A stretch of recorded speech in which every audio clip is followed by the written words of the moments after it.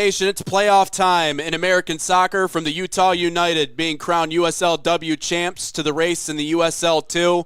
Today, we turn our eyes to the UPSL as the boys from Chicago Nation look to take down a team from the Big Apple, the NY Shockers. We got it for you here on the National Soccer Network. Nate Wangler alongside Dan Stickrat, Peter Mazuik on the camera here today. And Dan, when we look at the Chicago Nation team, a big win over Detroit City, their last time out, and they have a special talent along that front line scoring for them this year. What are your takeaways from what they've been able to accomplish so far as they try to make yet another deep run here in the playoffs?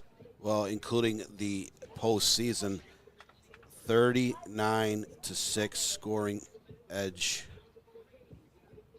in the regular season, 47-9 in the postseason. This is a team that is 12-2. They're used to winning. They're also used to looking to get the ball up to their big guns up top.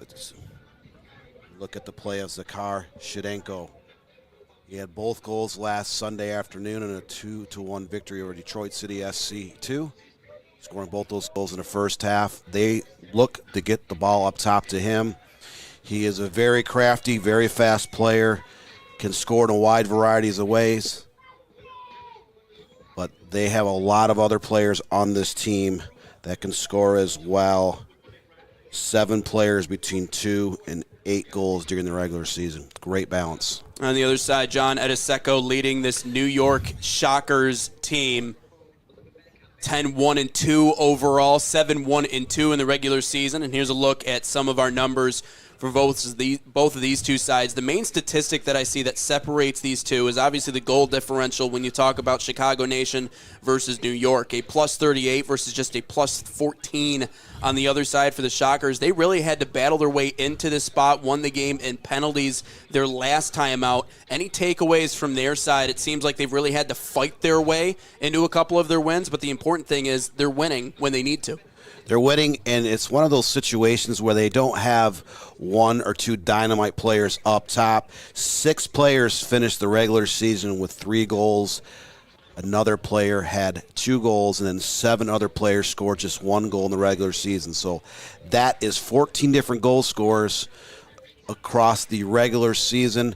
They spread it around. It's one of those things where they attack you in ways, but they just set different players up and ask for, when their number is called, to try to put the ball into the back of the net. You were talking a little bit, too, about Skidchenko and exactly what he brings to the table offensively for the Chicago Nation team. I think it's interesting when you look at his game. A little bit of a journeyman in college, bounced around to a couple of different locations, has a really, really strong left leg, but you were mentioning earlier maybe the importance of developing the other leg to try and add to that versatility of his game, because he really can be a dangerous option, and he has been against many opponents in the UPSL this year. They move him around. They'll play him outside on the right wing or left wing, attacking center mid, maybe up top at striker.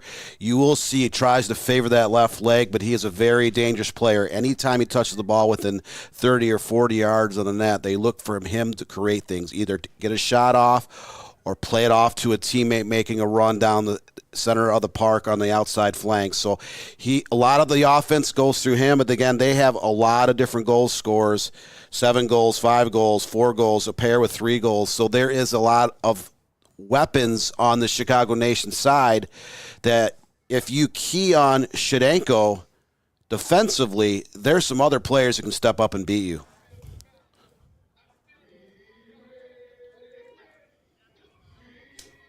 On the other side, if you're the New York Shockers in this game, because of Chicago Nation's ability to score and really get the ball forward, what's your strategy for them coming into this one if they want to pull it out? You cannot give them any early chances to get that confidence. Last week against Detroit City FC2, they scored 2 goals in the first 25 minutes. They held on down the stretch as Detroit City FC came out much more energized in that second half of that match. But again, you need to contain their big guns up top early, frustrate them a little bit, not give them any good looks at the goal. The longer this game goes without Chicago Nation finding the back of the net, you'll take them out of rhythm a little bit. And defensively, the Shockers, that's kind of been their bread and butter. Again, they won on a shootout last weekend, 4-3 on PKs after it was tied 1-1 after double overtime. So if this game goes to a shootout, this is a team that knows how to win on PKs. So offensively, they'll just have to pick their spots, try to put it in the back of the net, and defensively just kind of tame that attack. Shevchenko, Lukashik, and so many others very capable for Chicago Nation of finding the back of the net. So there you see on your screen, New York Shockers wearing those yellow kits today, black bottoms, the yellow socks. Of course, Chicago Nation on the other side wearing their whites. Peter Mazuik, by the way, on the camera here today. We're on the National Soccer Network. Nate Wangler alongside Dan Stickrat. Head coach, by the way, for the New York Shockers. Misspoke a little bit earlier. Arim Nizaj is their head coach. So he'll be leading the way for the Shockers today as we figure out who marches further in the UPSL playoffs. Dan, there is a reputation on the Chicago side, and they've developed that from what they've been able to do in 5 seasons, 2 Final Four appearances, a second-place finish, undefeated all the way to the national championship, and 3 top 16 appearances on top of that. They've developed a reputation now, just trying to finish it off this spring. Success breeds success at any sport, at any level. That is a club, a program that is used to performing at a high level. They're used to winning. And there's the expectation, if you put on that jersey, that you are going to contend at least for your regular season division championship. You're going to contend for your conference tournament championship, and you're going to contend to make a deep run in the UPSL tournament. That's what Chicago Nation's been able to do here in recent years. So there are a lot of players in that Chicago area across Illinois and adjacent states. They love playing for Chicago Nation because you look at the UPSL or any other pre-professional amateur league that plays in the spring or summer, certain teams in each league have a reputation. Of course, I'm all about a Chicago v. New York matchup. No problem with that as we're underway. New York Shockers begin with the balls. They lob it in. This one will roll all the way out the back line, so a goal kick upcoming in net here tonight. Tristan Stefani for Chicago Nation. And obviously, Dan, you were talking about earlier, you got to cover that last game against Detroit City FC 2. What did you see out of Stefani in that one? What does he bring to the table in goal for the Chicago Nation team? He controls. He takes command of his box. He's got a very stout defense ahead of him, so they do not concede a lot of easy chances. Other teams are going to have to work hard on that final third of the field to create chances, to create set pieces, corner kicks, free kicks, whatever the case may be. But when his number is called and the ball does get through, he's sure-handed. So they have a quality goalkeeper, kind of their backstop, the caboose of this offensive engine to kind of anchor that defensive side as well. Of course, flexibility always important when you talk about postseason play. They try to jar this one free for an opportunity. Rolled into the box, but wide of target. Looks like Alami was charging near post. Wide of him, out of bounds, and now a goal kick coming up the opposite direction here for the New York Shockers.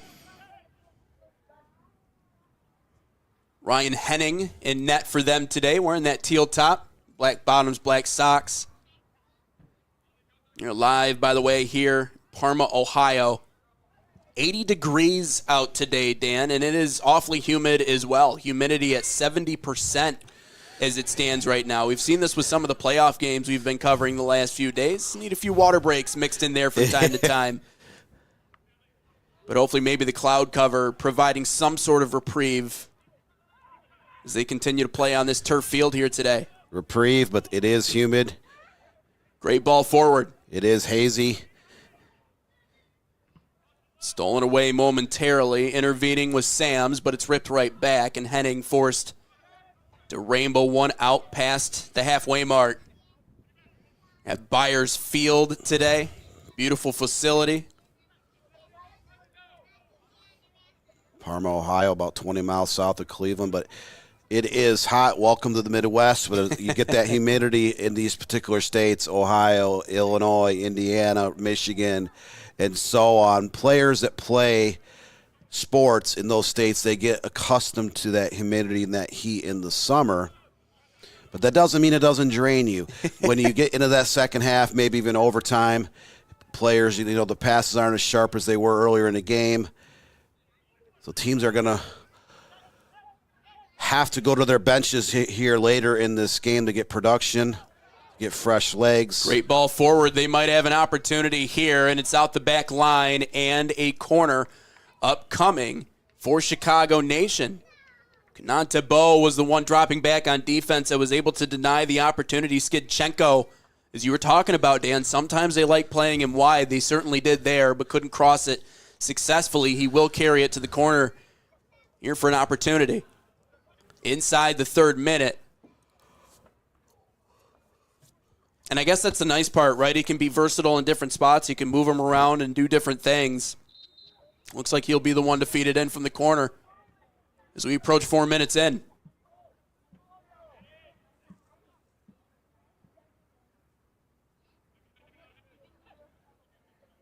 Plays it short. Back to Skidchenko. Handles it wide of the 18 as he tries to bend another one in. And Tebow there again off the side of his head. And we'll go right back to doing it here a second time. You saw that short corner given back to Shevchenko. He got just inside the box. He attempted that shot with his favored left foot. It was blocked out of play, but you can see they, in whatever circumstance they may be in, they're always trying to get the ball to Shevchenko in the final third of the field. Bends this one in, and it's caught right out in front of goal. Henning, no problem, pulls it in.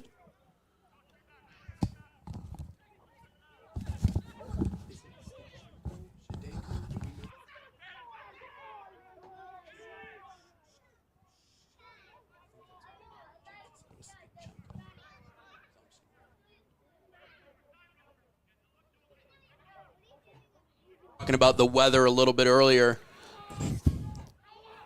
And it's just something that you deal with. You understand that you're going to get yourself into a position here in a couple of months in June and July, and especially into August, where it's like that. Of course, it makes me think about the World Cup coming up next year, 2026. Some of these Europeans won't know what to do.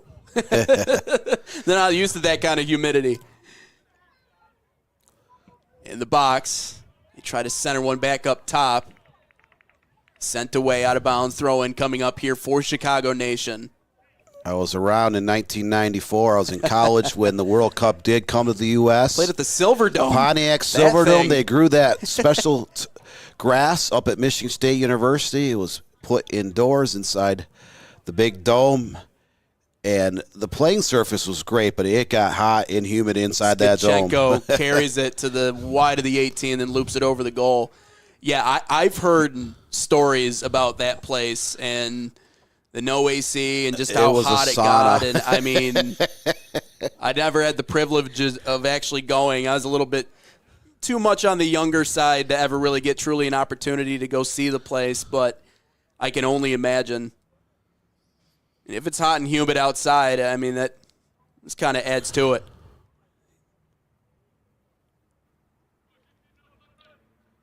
Thanks for wiping the camera, Dan. Appreciate that. Yeah. Making sure it sees clearly. Just trying to figure out exactly what was going on there, but that was a little smudge mark, maybe a bug or something. We saw that in the USLW League National Championship last night where the camera crew wiped off one of the cameras at half because you could see something was on the glass during that first 45 minutes. I will say there are some minor league baseball teams as well as a summer collegiate team this year that have had to deal with birds landing in front of the cameras. That's a different level, because what do you do about that? Unless you're going to go chase down a bird. There's a foul. Hands the ball off to Chicago Nation here inside of 10 minutes in this first half. Yeah, disruption of the avian variety would be really, really hard to take care of. That's not a dirt smudge you can just wipe off. Thinking he was a broadcaster in his last life, maybe. He's just trolling at this point. Pretty evenly matched here in this first half. And the Shockers, a much slimmer goal differential than that of Chicago Nation. But one thing you can say about them, Dan, is they've been gutsy this year.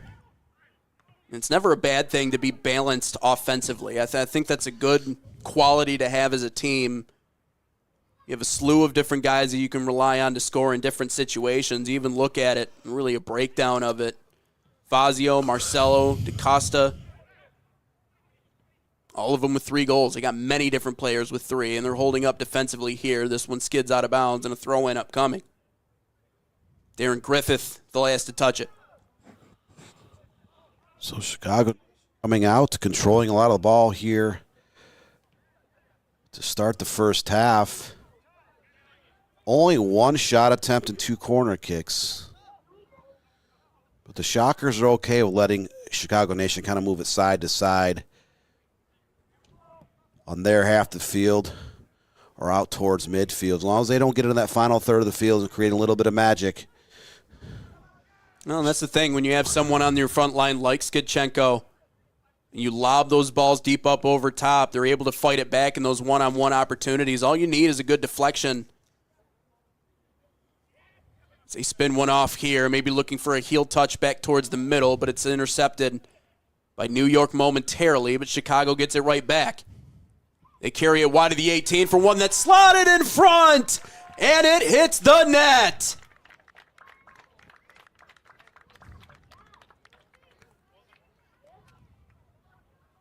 Perfect off the feed, and they finish the opportunity. Chicago Nation striking inside of 10. It put it on a dime that time. Hickowitz with 1 to get these guys out in front here in the 9th minute. Some great ball movement along that far side of the field. 3 different players touching the ball in about a 5-second period of results. And not just the first shot on frame of the game's first goal. Great ball movement by Chicago Nation, kind of what the New York Shockers did not want to have happen inside the first 10 minutes of the game, of giving an offensive explosion type team an early goal. And they are explosive. You can certainly say that about them as they try to test the waters up the sidelines again. Right back in goal, handling that one, Henning. Just able to get it away in time, and Chicago Nation gets it right back. But running their spots perfectly. It sets up Dan right in the middle. He's listed as a winger / back, but was great on the attack that time and finishing off that chance.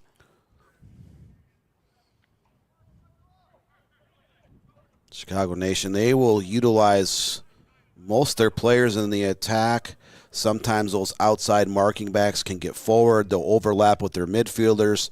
They'll push up and be involved in an attack and have a midfielder kind of stay back. So they'll get production out of other players, and maybe that's what the New York Shockers want to have. And they don't want Chicago's top goal scorers to be much of a factor. It makes someone else step up and beat you.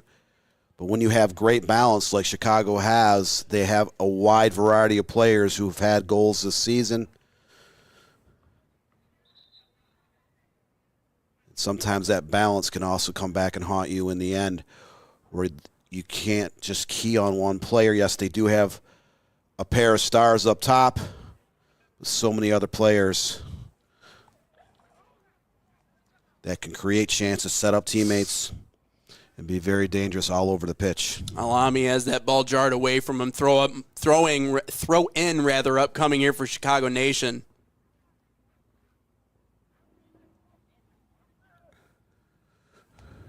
That one skirted in front. Ryan Henning there to grab at those. He sends it away with a rugby punt over the 50. Looking for an odd man rush here, and they got a man. Shot there, and that one's in! They turn around and give it right back just minutes later. Daryl Jeffrey, we're knotted at 1. Long ball served. Look at this, just a good deflection off a Hail Mary from Henning. The goalie gets himself an assist. Incredible job of responding within a couple of minutes. You don't usually see a goal kicker or a long serve from your goalie being chased down and resulting in a shot attempt or a goal, but that's what we just saw. Jeffrey right on the 18, found just enough spot to tuck it into that left corner. That was the Shockers' first shot of this entire match. Here's a deep ball forward, wide of the 18, Chicago. Glorsario back in front, and then Henning able to snag it there. Or will they say, oh, he was in out-of-bounds position? So they will work it to the corner. Here's Skidchenko to toss one in shy of 15 minutes. And, Dan, it's so important for that team, too, when you talk about how explosive Chicago Nation is. They needed a quick response. Did exactly that as they dump it off to Skidchenko north of the 18, who tries to fire one through the legs of a player in yellow. And now gives an opportunity to New York City. And a great slide tackle takes that chance away. And they got the deflection, too. Excellent job. Nick Klabjan taking an opportunity away, and they'll win it right back just past 14. One thing you can't say early in this one, up and down action. The next 5 minutes could be pivotal. If Chicago Nation need to find a way to get the momentum back. Not wasting any time doing so. Offsides here. Back to New York. If you are the Shockers, the long ball in that last opportunity worked out just fine. You haven't had much of a possession game, so you need to find a way to keep the momentum, get the ball down to that final third of the field, and create another chance. So we'll see if either team can get a lead here in the next 5 to 10 minutes. How about Henning setting up that last opportunity, too? That was all on him. Targeted a man down the field, got a favorable deflection. Did Daryl Jeffrey.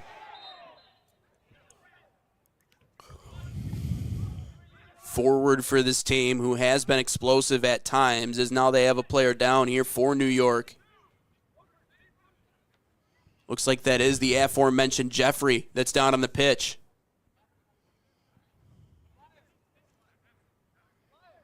Smile crossing his face. I can't imagine it's anything much too serious about what's going on here. Everyone's sharing a laugh. So I don't know if he just got a Charlie horse or something happened. You see the little wobble. You've been there before, and maybe the hamstring tightens up a little bit. Yeah. Just got to walk that one off. Set piece coming up here for New York. Elias Ellen to line it up here for the Shockers.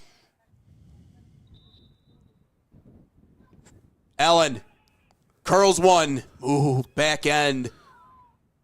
But just a hair too strong, and it's back here to Chicago Nation. Franco Hernandez was the target. Here's we look at the replay. Right idea, just kind of slide it over that far side. The Shockers did have a couple players making runs, just a little bit too much height and pace on that, but the right idea. An extra yard or two, a player could have got in there with a volley or a header towards the framework. So just two chances for the Shockers in this game. But both teams, only one shot on goal. It resulted in a goal for each side. So you could say both teams have been quite opportunistic here in the first 17 minutes of play. I think you mentioned it a little bit earlier, flexibility and just how important that can be for teams, especially in postseason play. Maybe you play a certain way the whole year, but I think flexibility is always something that a lot of coaches prioritize and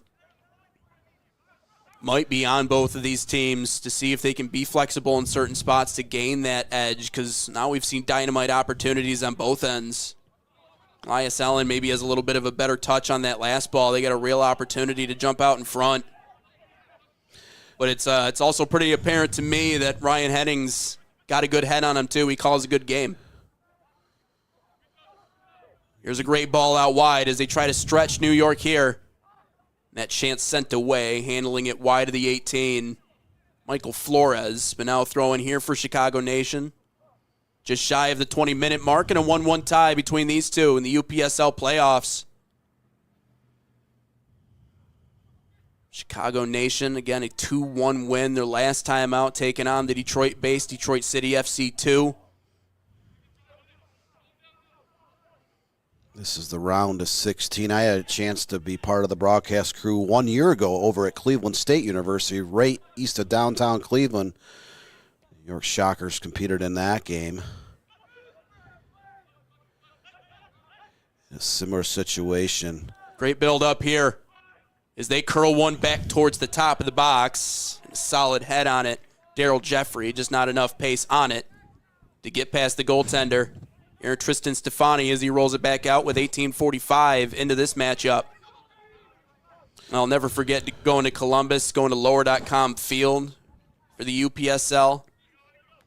That was an experience and a really nice facility there, too. I know had the building they were playing in for forever, and it was a historical site, but did a really good job with the new place.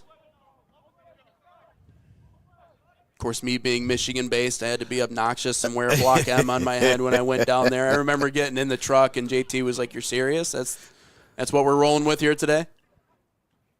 Yeah, I got to let them know. JT refers to our broadcast director, Jonathan Turner. He's back home in our Michigan-based studios, north of Detroit. Jonathan Turner, broadcast director and family. Here's a ball forward, 1-on-2. Ripped right back by New York along that back line. Has been doing work with the UPSL, specifically the Chicago Nation team. Skidchenko puts it on a really nice spot. Chance for a shot in front. It's turned away. Alami had it in a really, really nice spot. Now it's one right back. Osorio to Alami. Chipped away from his foot. You saw a moment ago, Shevchenko made a great slotted pass. But again, he cut it over to his left foot. Very crafty player, not just as a goal scorer, but as a facilitator and creator as well. You look at the New York Shockers on their goal kick, some 60, 70 yards downfield. But they looked the ball to get to different players on the New York Shockers who finished with a co-leading 3 goals in the regular season. So they have a lot of balance. You not necessarily know who is going to provide shot attempts. Do they have a connection with him here? Turned away the last second, not a bounds. To that point, Dan, you're 100% right. Yeah, a lot of different options they can go to offensively. Sometimes those teams are the most dangerous to face in the postseason because you're not sure where it's going to come from or who's going to step up in a given game. But right now it's pretty apparent, at least from our vantage, Daryl Jeffrey is the target.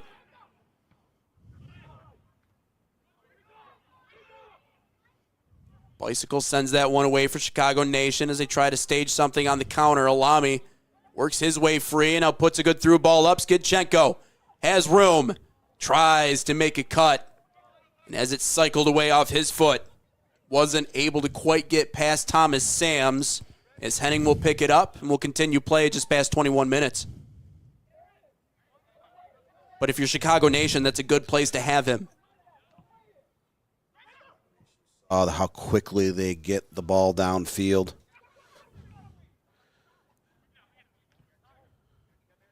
Every player has already touched the ball numerous times. Chicago Nation. Skidchenko again. Nobody there. Leaves it no man's land, and Henning picks it up. Skidchenko kind of started out on the wings here earlier in the match. They got him more of an attacking midfielder now where he's trying to facilitate, create chances down the center of the park. As we talked about in that pregame and earlier in this match, he's dangerous wherever they place him on the field.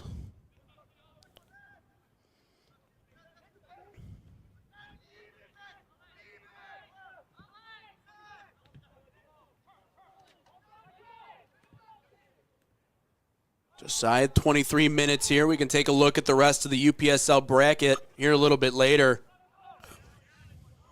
A lot of good matchups, a lot of deep teams. Talk about the level of play in the UPSL just continues to get better. It's amazing to me, too, Dan. The league just continues to grow leaps and bounds with every passing year. I believe it's somewhere in the neighborhood of 800 teams. Now in the UPSL, obviously they've added teams in Canada as well as Mexico. They also have a women's league as well. And that's kind of the whole pre-professional, amateur, semi-pro soccer space. Each and every year, none of these leagues are getting smaller. They're essentially all growing. Last night, out in Utah, the USLW League had their national championships at Brigham Young University.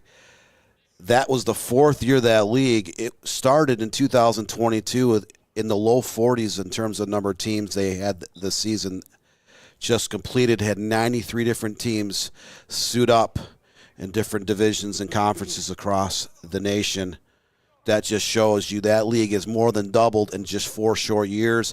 The UPSL, USL League Two, United Women's Soccer, which has their Final Four this weekend. All these leagues, the WPSL has over 140 teams. They've been around for 27 years, but they continue to grow and grow and grow. The League for Clubs is a new men's amateur league here. Just started back in March. They have close to 50 teams in their inaugural season. So Nation continuing to put pressure on this back line. Alami tries to work his way free. Alami leaves it. Skitchenko turned away. Able to curl one onto his foot perfectly, but denied at the last second. In New York, walks the tightrope to keep it tied at 1, just shy of 25. That attack developed awfully quickly. The ball kicked back out. Shevchenko just a little bit unfortunate that a defender was able to get his toes on the ball and ricochet it out of harm's way. So great defensive play by the New York Shockers to deny that attack. But in terms of a counterattack opportunity, Chicago Nation, they'll sometimes build slowly, but they can go to that counterattack and they can develop things very rapidly. They're getting a shot off after just about 7 or 8 seconds of getting the ball over midfield. Here comes the deep balls again, trying to find Daryl Jeffrey up the near sidelines. Out of bounds throw in here for Chicago Nation. Seems like the width of their attack right now is something that's been helping out the Chicago Nation team a lot too. Good on the counterattack. Obviously, you got to see that first game against Detroit City FC 2 in the round of 32. Was that something they did really well, was get out on the counter? Yes, they possess well, and they also get out on the counter well. It depends on the situation during the flow of the game, but they are dangerous either way. Detroit City FC was a little bit flat in that first half. Yes, it was hot, but they were a little bit out of rhythm.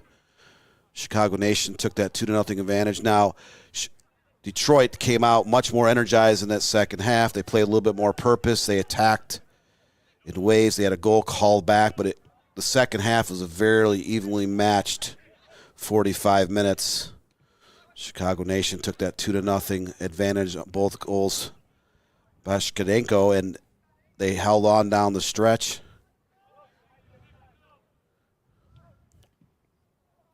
Great give and go. Handling it inside the 18, and a shot rifled on, I believe, by Alami, and Ryan Henning able to jump on top of it. Beg your pardon, that was not him, but regardless, Henning able to make the save as he waits for everyone to back off before sending it away.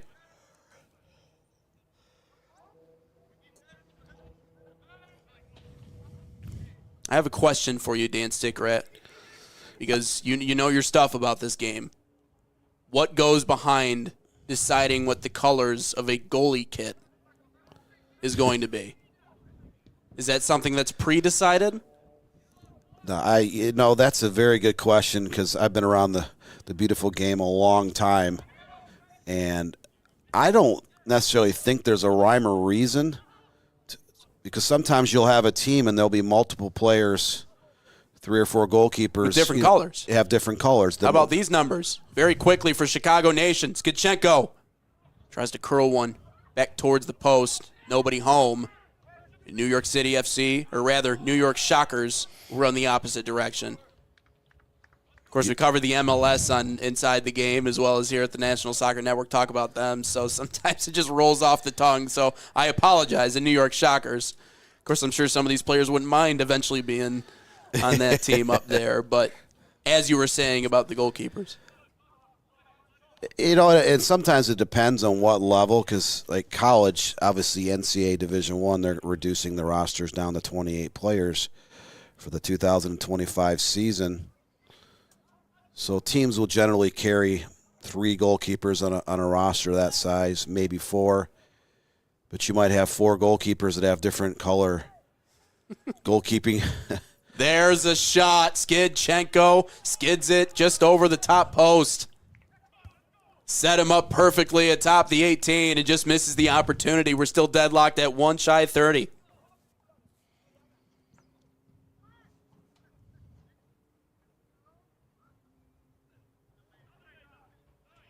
You get this deep into the tournament, teams will dress a backup goalkeeper in most cases for emergency purposes. You don't generally sub out your goalkeeper in these types of situations unless there is an injury.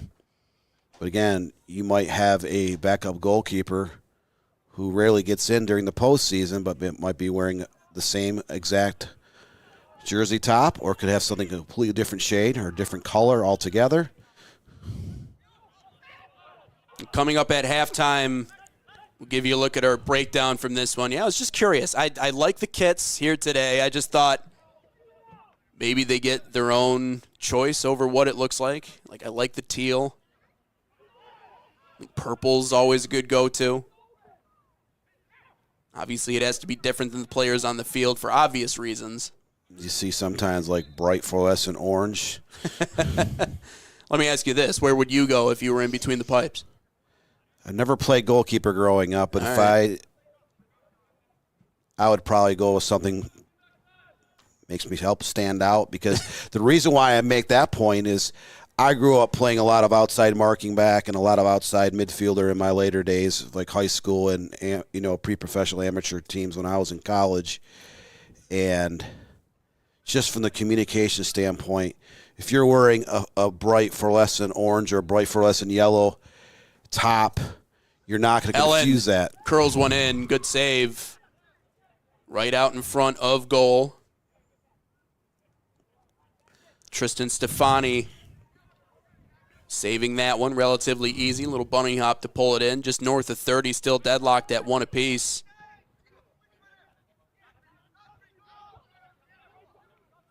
Garrett Hayward, again, the head coach of the Chicago Nation team. Matt Pearson, their director, started the club, founded the Chicago Nation back in 2020. As they try to chip this one over the back line, denied there by New York. As we bleed past 31 minutes in this first half, and nearly a good through ball up front. But it settled down in front of goal. Talked about made an undefeated run to a national championship, second of 350 teams, what was then 350 here in the UPSL. But it is amazing to think of what they've done in just 5 seasons in this league. As now they search for Skidchenko again. Ryan Henning playing tall to pull it away. Reminds you a lot of, we were talking about the NC Courage yesterday during the USLW championship. I mean, 3 straight runs to the national championship. That's no mistake. And I realize that game didn't go well for them last night, but there's a future there.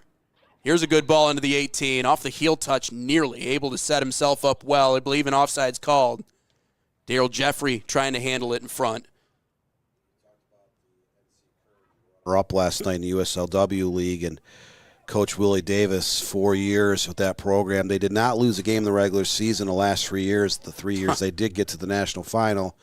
He only had 4 losses in his 4 years with that team.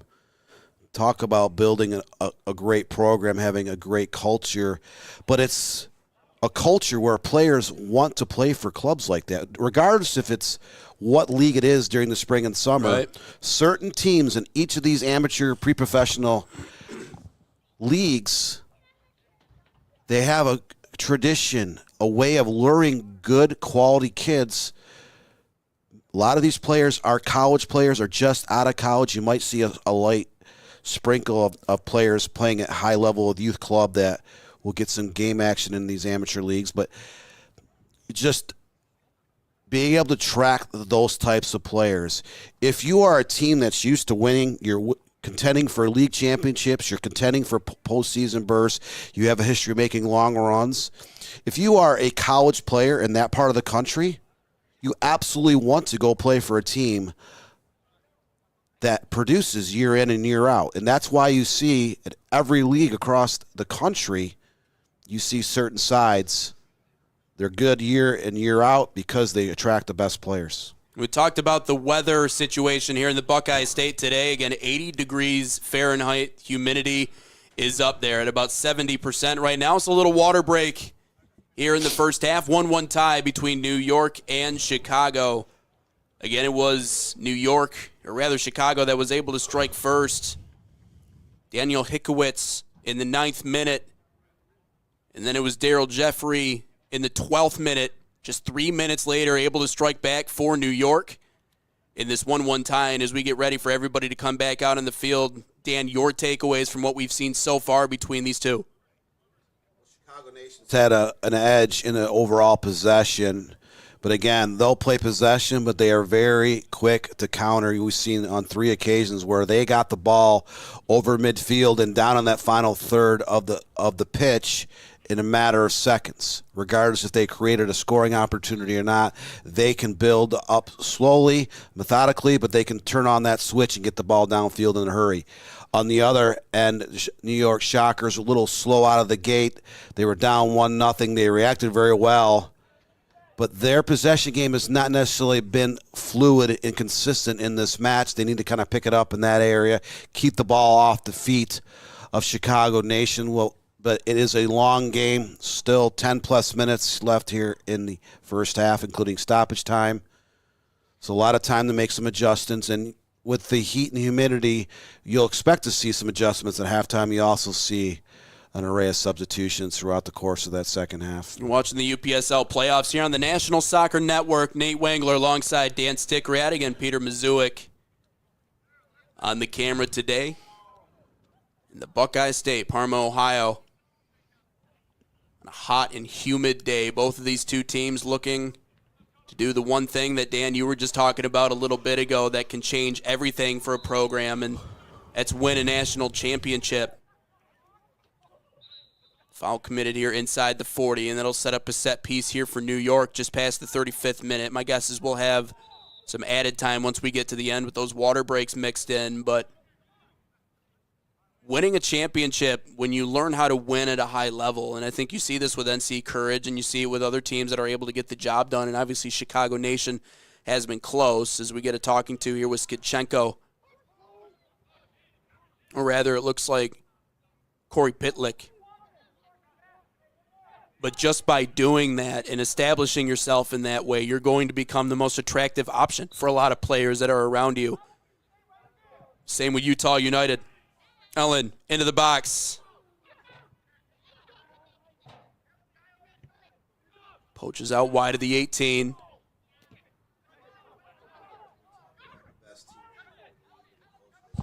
Doesn't mean those teams aren't susceptible to being upset in the USL League 2 here on Friday. 3 of the top 10 teams in the country went down on the first night of the round of 32. Alami with some space off this deep ball. Just needs some help as he awaits reinforcements along the far sidelines.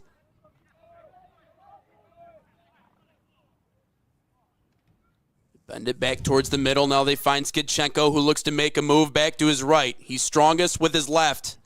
Instead, cuts it with the right and slices it wide of that far post and out of bounds. Didn't see if there was a deflection there. We'll get another look here on the replay. This is a part of his game, Dan, that you talked about, that he has to learn how to improve, and that's with maybe the off foot a little bit. You saw him try to bend it far post, and no question about the power that he brings to the table. Just needs a little bit more touch on that side of his game. A little bit more control. He found just enough space to uncork a shot, but it was well wide of frame. Didn't result in a goal kick, but a throw-in. But he does have a lot of power with both feet. You just kind of understand that he can be a really good game changer, too. Again, both of those goals against Detroit City FC. So when they've needed him to come up big in the postseason, he has done so. Of course, his college career, a little bit all over the place, went to a couple of different schools. Finished up at the University of St. Francis in the NAIA, where he was excellent. 22 goals in his senior season with them that year. I feel like that's kind of resemblant of a lot of college experiences that we see now, though. It's rare that you'll see a player go to one school and stay there. Typically, they go to two at the least, if not maybe three of them throughout the course of their career. Just different opportunities, different scenes, different coaches. Obviously, when you're as good as he is, you're going to get different chances depending on where you go. You're seeing a lot of movement right now. A lot of that is being caused, especially at the higher levels, NCAA Division I, with the transfer portal. Yeah. Players, they grow up, they excel at various youth clubs. They might be a standout at the high school level. But it's hard sometimes when you are a great athlete growing up, but then you're 18 years old, you're going away to college. Nearly able to rip one away from Henning, as you were saying. You go away to college, then you're kind of starting all over. You may not be in that top 10, top 15 players, whatever sport. And sometimes you have to earn the right to get minutes. Sometimes those minutes don't come right away. You might have to wait a year or two. And a lot of players, the way things are set up right now, they don't want to wait. They think the grass is always greener on the other side, and sometimes it is not. But it's created kind of an unique vacuum, so to speak, where more and more athletes in every sport across the board are going to 2, 3, 4 colleges over the course of the year, hoping for greener pastures. Sometimes it works out, sometimes it doesn't. Now inside of 40 minutes in a 1-1 tie, can New York break that? Foul committed. It'll win it right back for him. Here for Chicago Nation, Corey Pitlick got the worst of that contact. Looked like an elbow up to the cheekbone or maybe the forehead, nose area. I believe that was Jeffrey that was trying to rip his way through. Never feels great. Makes the eyes water a little bit. Do love these kits from Chicago Nation here today. You got the stars, the red, and the blue.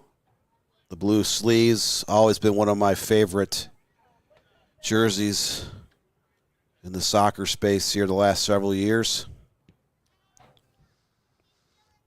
Of course, coming up later on tonight here on the National Soccer Network, our coverage of the USL 2 continues. Flint City back at it, taking on the team they toppled last year, Fort Wayne FC, in the second round of the USL 2 playoffs. It's one thing to have a really good matchup. It's another thing to see two teams who had a date in the postseason last year, and obviously Fort Wayne FC has really built their program up. Planning on making the jump up to USL League One coming up next year, so want to make one lasting impression, and no better opportunity than to beat the team that's done more than any other squad in that league. Out of bounds, throw in here for New York. The soccer-specific stadiums currently being built around the country or have been built here in the last 5 or 10 years. Sport just keeps growing and growing. 2 years ago, we had the pleasure here at the Premier Media Group and the National Soccer Network to be part of the broadcast crew for the UPSL Final Four. That was in early August of 2023. It was down at Loudoun United in Leesburg, Virginia, about 30 miles out of Washington, D.C. Great facilities, large grandstands on both sides. The one thing was lacking, there was no press box up top, so we were up top under tents. And lo and behold, during the end of the second game on Friday night, the two national semifinals, a massive thunderstorm hit. Because of course. Yeah, of course. We had to protect that equipment as quick as we could. Yes, we did get drenched. No way escaping the elements. You do what you can do. Foul committed that time. Getting caught up. Glorioso. Got Basiji. Tore him down to the ground in New York City. Going to set up for a set piece here as we approach 45 minutes in. So very clean game so far. Only 6 combined fouls between these two teams. Both sides, one offside against.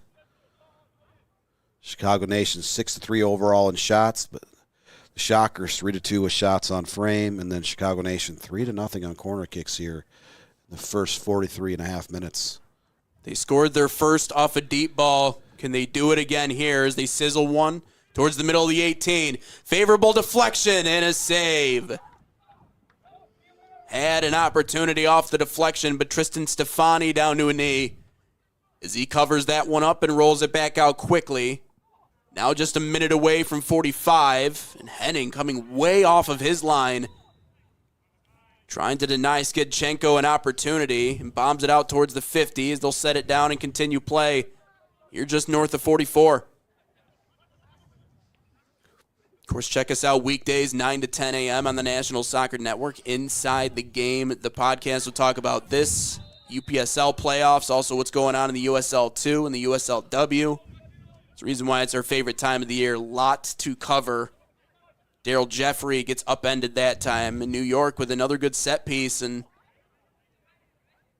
just a lot of good stuff to cover. Good championship last night. Of course, you felt for NC Courage a little bit falling 4-0 in that game, but we're a little thinned out, but still put up a valiant fight just to get to that point. Willie Davis will be A-OK. If the last couple of years have said anything, they're still in a really good spot. To Bo. To loft this one in, north of 45. Curls it in a header that is sent wide. It will be out for their first corner of this game. How impressive was Utah United last night in that USLW League final? They dominated most of that match, won 4-0. Talk about putting a state on the soccer map. Not a lot of chatter about how good the soccer is in states like Utah, like neighboring states like Colorado. They wanted to put them on the map, and that's exactly what they did. New York trying to put their mark on the UPSL. Lobbed, far post. Knuckled back in front, but no one able to get a second chance on it. So they'll settle it north of the 18 for a drive that deflects into the hands of Stefani. He's benefited from last-second defense as well as some favorable deflections, and I thought that might be one of them. Skidchenko can't quite catch up to it, but will get a throw in here deep inside of New York territories. We are into added time. You're in a 1-1 tie in half number one. Skidchenko skips past the defender. To his left, he's strong with that foot. Skidchenko off the back line, taken back. Alami slots it in.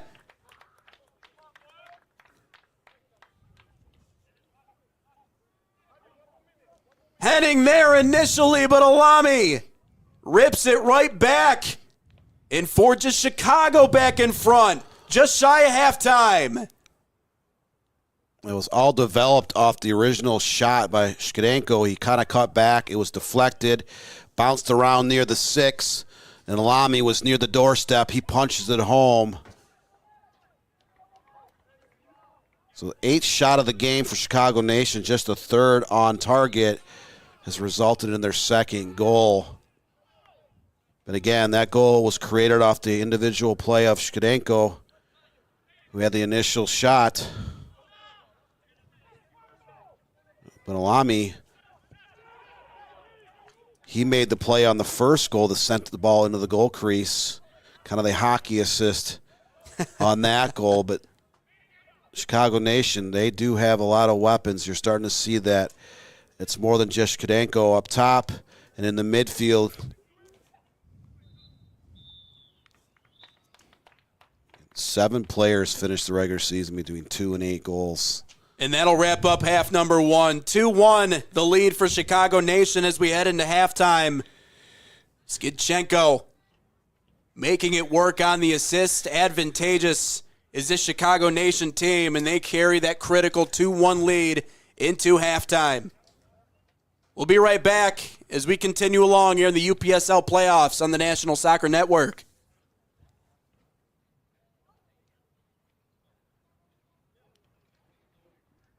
From the biggest matches to the hottest takes, Jonathan Turner and Nathan Wenger bring you the stories, the analysis, and the edge you won't get anywhere else. Streaming live weekdays at 9 a.m. on YouTube, Roku TV, Facebook, Twitter, and all major platforms. No filters, no fluff, just real talk, real soccer. This is Inside the Game.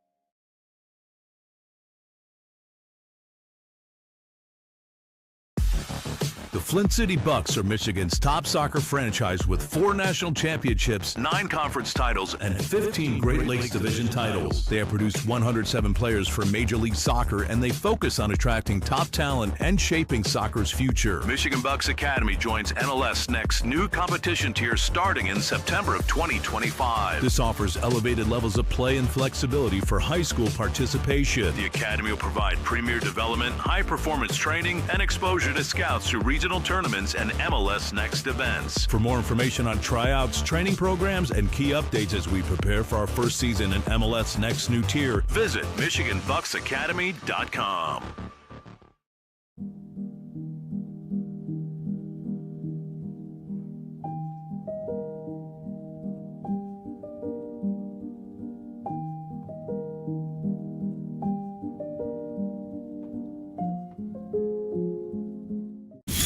Experience the thrill of the game like never before with NSN's Game Rewind. Dive into full match commentaries enhanced with cutting-edge dynamic graphics, Letting you relive the highs and lows of your favorite matches in astonishing detail. whether it's a championship win or a legendary play. NSN Game Rewind bridges the past and future with a broadcast experience designed to captivate. Call 586-304-4405 And start watching today.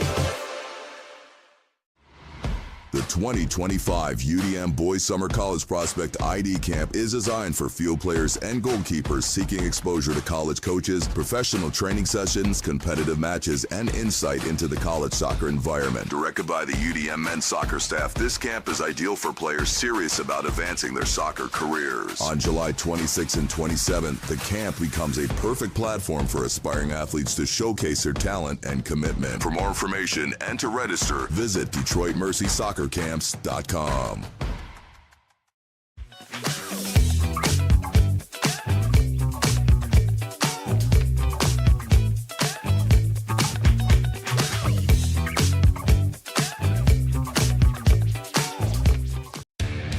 Accelerate your soccer journey this summer at Oakland University. From June 30th to July 31st, players will have the incredible opportunity to refine their skills under the guidance of Oakland University soccer coaches. Train at world-class facilities while gaining insight into life in a collegiate environment. These camps cater to a range of skill sets and ages, from youth programs to the Elite ID program, Ensuring participants are surrounded by peers who challenge and inspire. As one of the premier soccer institutions in the Horizon League, Oakland University soccer program offers an unparalleled environment for growth and development. Don't miss your chance. Register now at OaklandBoysSoccerCamps.com. The 2025 UDM Boys Summer College Prospect ID Camp is designed for field players and goalkeepers seeking exposure to college coaches, professional training sessions, competitive matches, and insight into the college soccer environment. Directed by the UDM men's soccer staff, this camp is ideal for players serious about advancing their soccer careers. On July 26th and 27th, the camp becomes a perfect platform for aspiring athletes to showcase their talent and commitment. For more information and to register, visit DetroitMercySoccerCamps.com.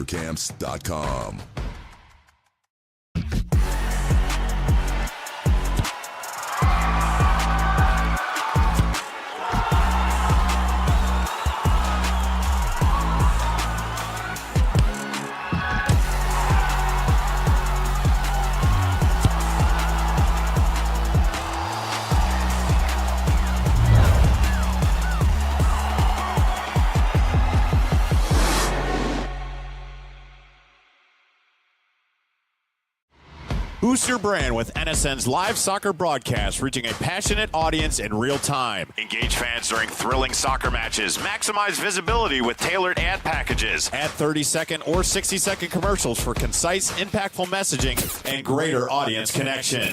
Call 586-304-4405 and start your campaign today.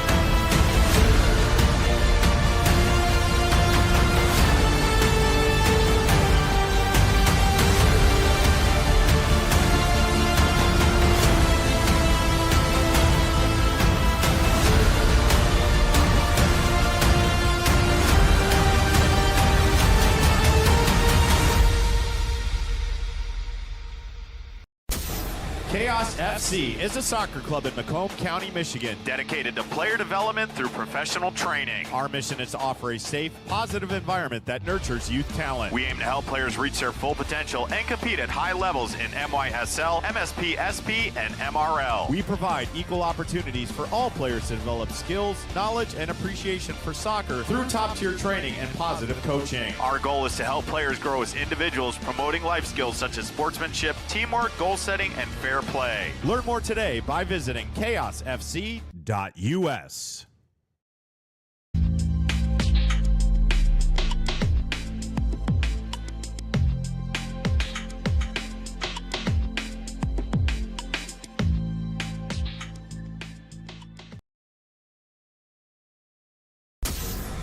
If you are interested in participating in a sport that requires skill, fitness, strategic thinking, and team play, soccer offers opportunities at various levels to improve fitness and coordination. Whether you prefer casual participation, competitive play, or joining a futsal league, our organization provides a welcoming environment to learn new skills and meet new people. Register today for the Macomb Soccer Summer Camp from July 14th to 18th. The camp will be led by Kansas City's professional players James Togba and Mike De Silva. It is open to boys and girls aged 6 through 16 with an early bird registration fee of $175 if registered by July 7th. Gain knowledge from professionals in an engaging and competitive setting. For further information, visit mrsl.us.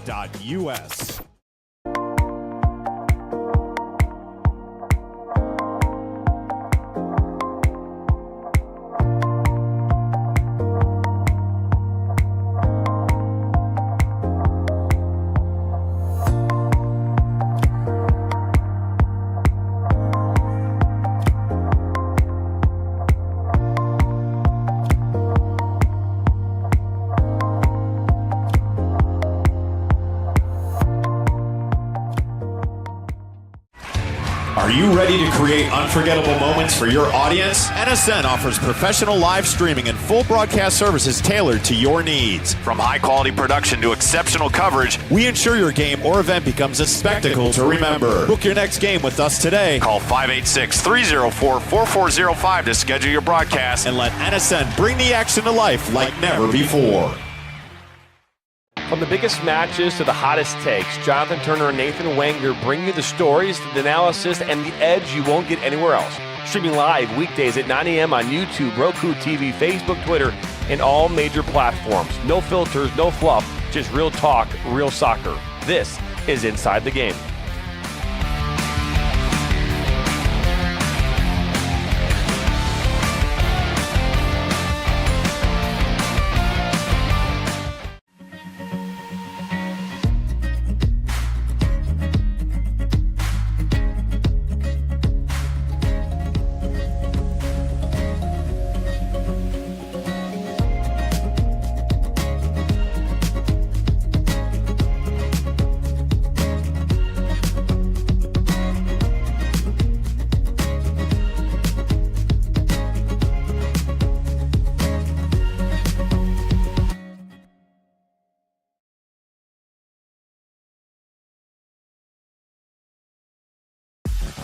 The Flint City Bucks are Michigan's top soccer franchise with 4 national championships, 9 conference titles, and 15 Great Lakes Division titles. They have produced 107 players for Major League Soccer, and they focus on attracting top talent and shaping soccer's future. Michigan Bucks Academy joins MLS Next new competition tier starting in September of 2025. This offers elevated levels of play and flexibility for high school participation. The Academy will provide premier development, high-performance training, and exposure to scouts through regional tournaments and MLS Next events. For more information on tryouts, training programs, and key updates as we prepare for our first season in MLS Next new tier, visit MichiganBucksAcademy.com.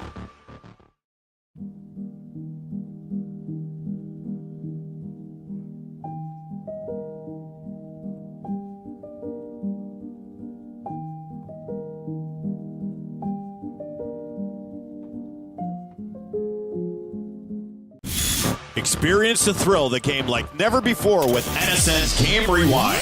Dive into full match commentaries enhanced with cutting-edge dynamic graphics, Letting you relive the highs and lows of your favorite matches in astonishing detail. whether it's a championship win or a legendary play. NSN Game Rewind bridges the past and future with a broadcast experience designed to captivate. Call 586-304-4405 And start watching today. The 2025 UDM Boys Summer College Prospect ID Camp is designed for field players and goalkeepers seeking exposure to college coaches, professional training sessions, competitive matches, and insight into the college soccer environment. Directed by the UDM men's soccer staff, this camp is ideal for players serious about advancing their soccer careers. On July 26th and 27th, the camp becomes a perfect platform for aspiring athletes to showcase their talent and commitment. For more information and to register, visit DetroitMercySoccerCamps.com.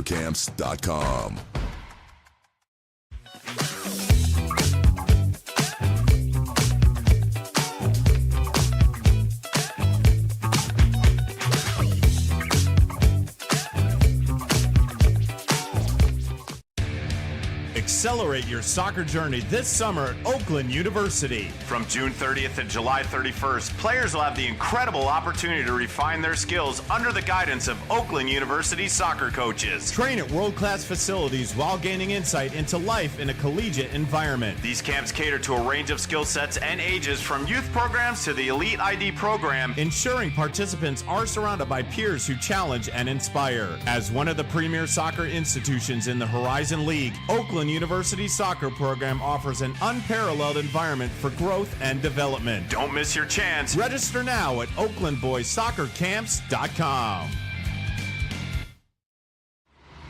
The 2025 UDM Boys Summer College Prospect ID Camp is designed for field players and goalkeepers seeking exposure to college coaches, professional training sessions, competitive matches, and insight into the college soccer environment. Directed by the UDM men's soccer staff, this camp is ideal for players serious about advancing their soccer careers. On July 26th and 27th, the camp becomes a perfect platform for aspiring athletes to showcase their talent and commitment. For more information and to register, visit DetroitMercySoccerCamps.com.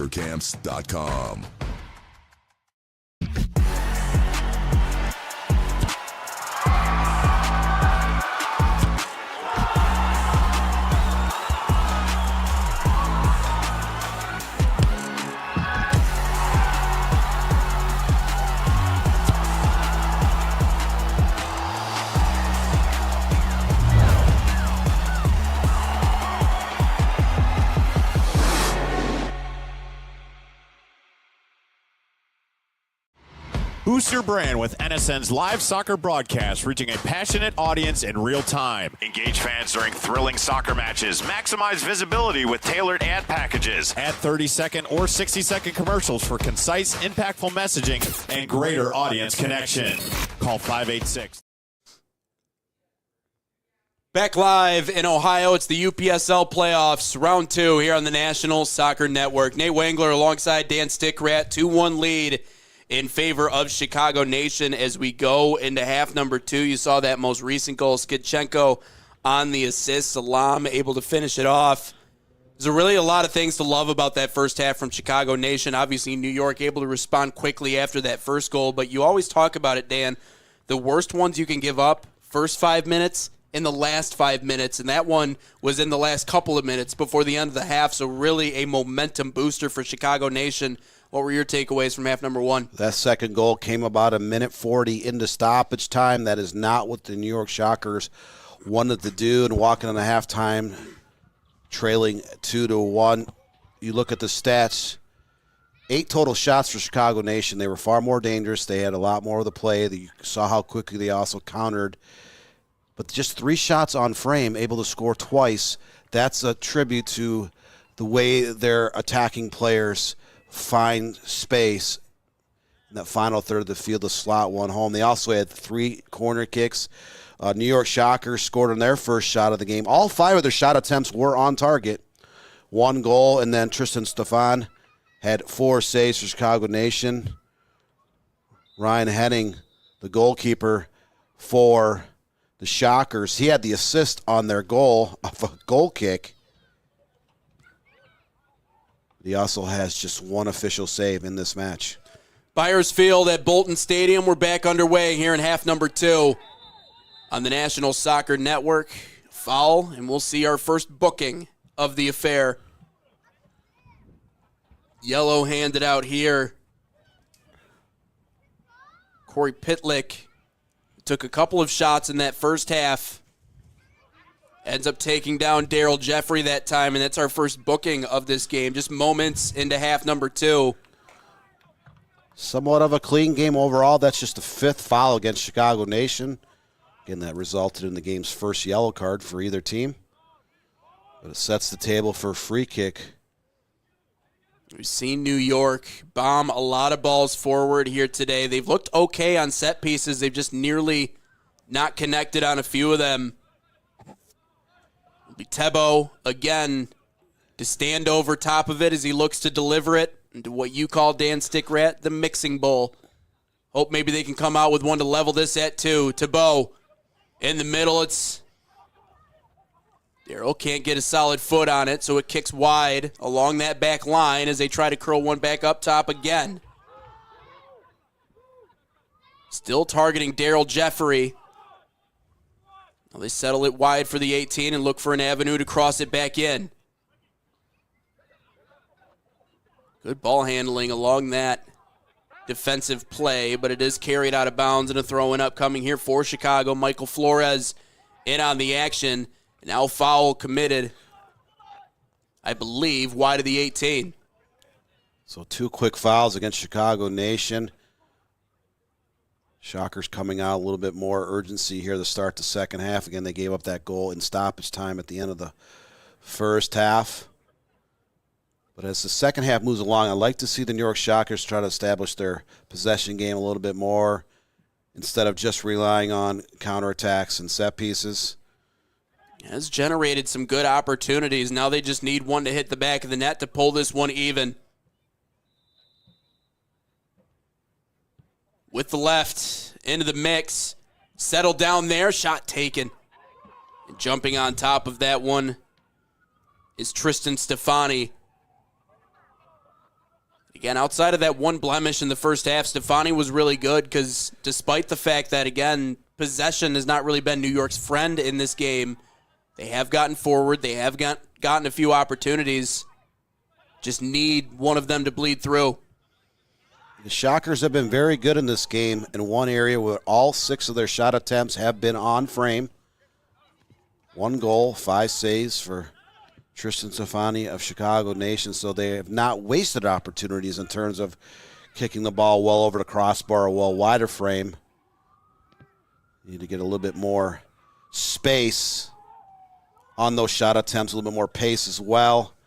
Part of that's a credit to Chicago Nation's defense. They concede shot attempts. Dangerous feed back into goal that time. Cleared back up over the 50 as they look to run, but it's out of bounds. They concede shot attempts, but they don't allow a ton of time, a lot of space in order to do so. They close down fairly quickly.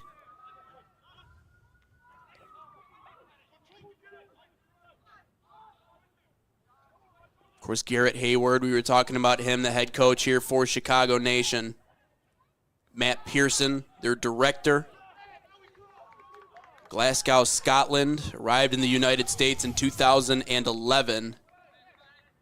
So when riding the line there on that 18 as it's worked back onto the foot of Stefani, or rather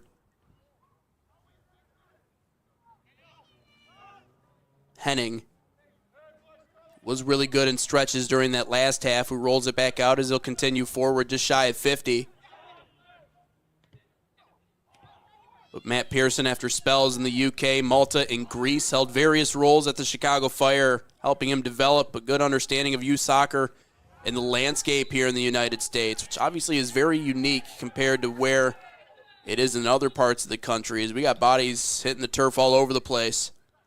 Again, it looked like there was a elbow thrown after the play.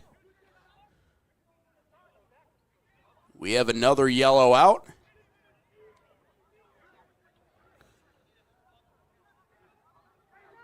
Just patiently awaiting to see who will be assessed this yellow.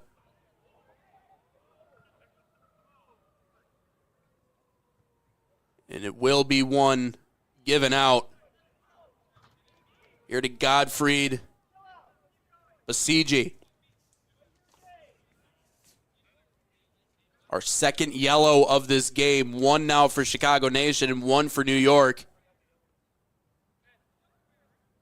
Chicago gets a set piece just inside the 50 in just over 50 minutes into this one with a 2-1 lead in favor of Chicago.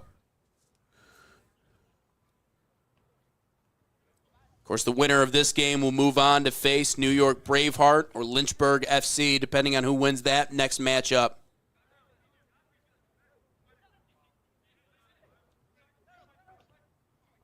Talking about Matt Pearson, though, helped out the PDL side and also undertook a number of scouting assignments. You go back to 2015. Worked alongside Trevor James in that front office. Build a database of players, and they might build their lead here. Is it offsides? It is. A step out in front. Hickowitz saw an opportunity maybe to add another or assist on one, as now he gets a yellow that's handed out. A little shake of the head from the referee. Must have said something during that exchange. And he ends up drawing the second yellow here for Chicago Nation, as New York will send it away into the 51st minute. But Pearson was involved in becoming someone that can build a database of players going into the 2016 draft, so he's been in that front office. Following that draft, he was appointed director of scouting for the club, and Chicago Fire finished third overall in Major League Soccer, the Supporters' Shield standings. He's led other levels to national championships, too. The MLS U19 Next Pro side to a national title as well. So, has a national championship pedigree, and now just trying to instill that in this UPSL side and doing it through the likes of Garrett Hayward. Of course, A.J. Ostrowski, the assistant coach for this side as well. Looking to curl a deep ball in, they do. Headed away momentarily as it floats out north of the 18.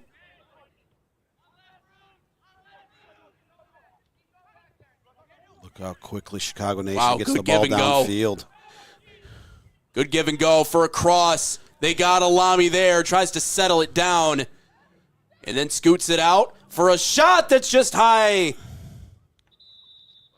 Skidchenko bending one in, and a close shave on the top bar.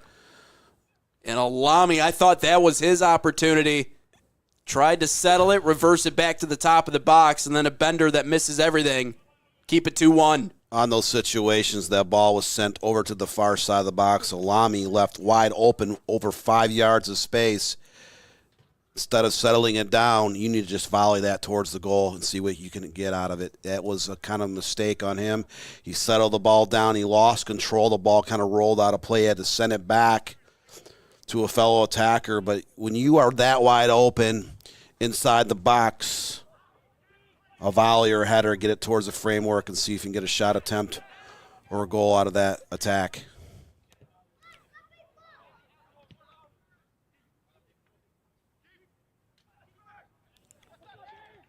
Rolls into goal, picked up here by Henning as he'll roll it back out. Nearly 10 minutes gone here in this second half. Talking about Ostrowski, though, the assistant coach for the Chicago Nation side. Someone that the club has acknowledged as really a valuable member of this squad since the 2021 season. And National C license, coaches for FCX Youth Academy. course, that top 8 finish in the UPSL his first season with them. I also think it tells you a lot about the talent level in that Chicago area. They're able to pull from a lot of different kids. Could say the same thing about New York, as we will see substitution coming on. Rogier Thorensen onto the pitch here for New York, just shy of 55.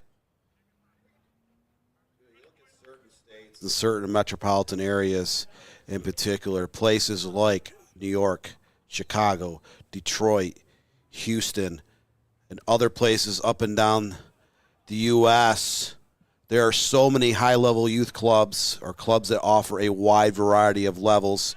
So many. Here's a drive, and it hits the net! Oh, a bomb that connects!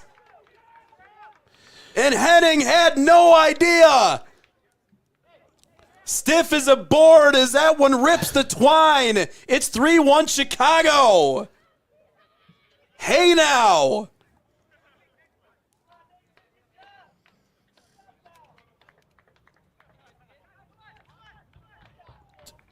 Cameron Tejamula with a rocket shot. Tejamula had a ton of real estate to work with. He collects the ball, he turns and fires a banger from 30 yards out. Henning just stood there. He caught off guard. You talk about catching a goalkeeper taking a nap. That was a clear example of that. Henning didn't even flinch until the ball was already into the webbing of the net. But defensively, you look at the backfield and midfield of the New York Shockers, and they left Tremullo wide open. He saw the opportunity. He took the shot. He puts it in the back of the net right as we cross into the 56th minute. Now he's helped his side open up a 2-goal cushion here in the second half. It's not often that you see a bunch of players standing around looking at each other after something like that goes in the back of the net, but that has to be one of our best goals of the weekend that we've seen on here. We've seen some dynamite ones. Off set pieces late in games. Of course, you and I did the Midwest United matchup against Fort Wayne FC. That one came all the way down to the wire. Olivero with an absolute banger in the top 90 off a set piece and 90-plus to make that one 2-2. And right now Chicago's putting their foot down, and the referee's hearing it from the New York side.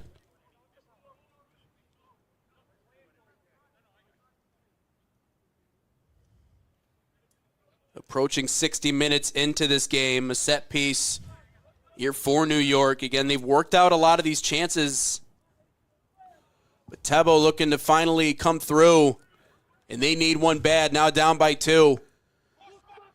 You saw that substitution. The New York Shockers took Henning, the goalkeeper, out of the game after he conceded that third goal. They need one back.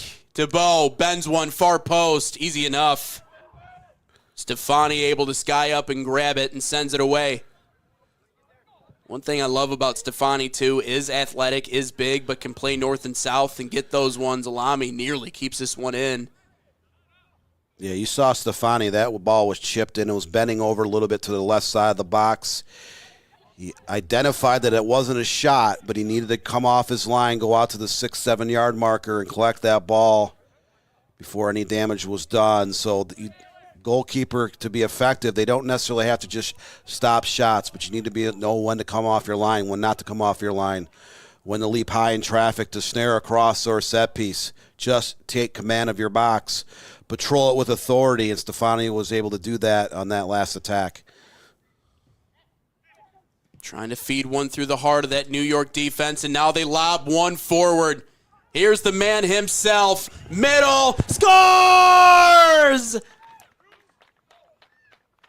They set it up perfectly. And it's Hickowitz who finishes off the opportunity. 4-1 Chicago. 2 consecutive shots on goal, 2 pair of goals in completely different manners. But look at that. Stashenko found enough space to slide it into the middle. So Watala there at the doorstep to send it home. 4-1 here in the 59th minute. and New York Shockers are kind of watching this game being pulled away from them. They were tied 1-1 entering stoppage time, and at the end of that first half, they coughed up a late goal to Chicago Nation, and now Chicago's come out. 3 shot attempts, 2 on goal, 2 in the back of the net, open up that 4-1 advantage. We got a raging fire here in Chicago. It's the Chicago Fire pouring it on New York. Skitchenko sets up yet another opportunity. And this time it's Hickowitz with his second of the game. His first coming in the 9th minute, now here in the 58th. His second, and just running away with it. 4-1 as we get ready to cross 60.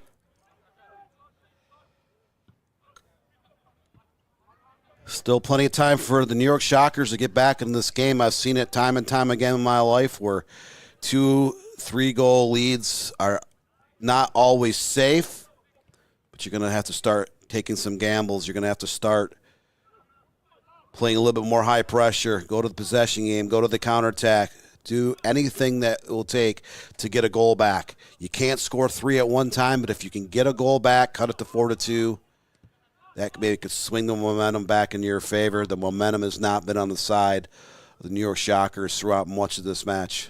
Lobbed in and high pointed and pulled in by Stefani that time. Has not been phased by these deep balls up the field. Rips that one in as he rolls it back out into play just north of 60 minutes. And a long serve turned into a shot as that was kind of holding up there in the balance. Stefani reacted right, dove high in the air to snare that one about 2 yards in front of the goal. And look at the speed up front for Chicago Nation. Alami denied, but it's ripped right back. Do they have a fifth just wide of that left post? Glorioso. Nearly made it a 5-piece. Instead, we play on with a 4-1 lead for Chicago Nation, and we talked about maybe New York has been sliding by in some of their matchups and battling out a lot of wins. Credit to them for getting to this point, but right now Chicago Nation playing a complete game through and through. And Chicago Nation 47-9 in terms of goals, 4 goals against entering this game. They do it in different ways. They can score from distance. They can score from close range. They can work off the possession game. They can also work off a quick counter. We've seen numerous times in this game. They'll knock the ball around and serve it long. A player runs down those flanks, creates a cross into the box, and they are able to finish. 12 total shots for Chicago Nation. 5 on frame has resulted in 4 goals. They've also had 3 corner kicks. They are dangerous all over the pitch. And they have put the New York Shockers into a position where they have to put attackers. And that leaves your defense vulnerable. You saw in that last attack, but Chicago Nation came off a long ball. They were unable to get a 5th goal on that attack, but they're going to start looking to that because the New York Shockers just playing 2 or 3 defenders back now that they're down by 3. Really opens up the door to just be able to bury this New York team. I mean, you've seen comebacks down by 3 goals. It's not too often that it happens. It has been done before, though. This one's chipped up and out of play. Chicago will bring it back for a throw-in here. But miraculous to see what the work of Matt Pearson, Garrett Hayward, and A.J. Ostrowski have done for the Chicago Nation side. And covering them all year here on the National Soccer Network.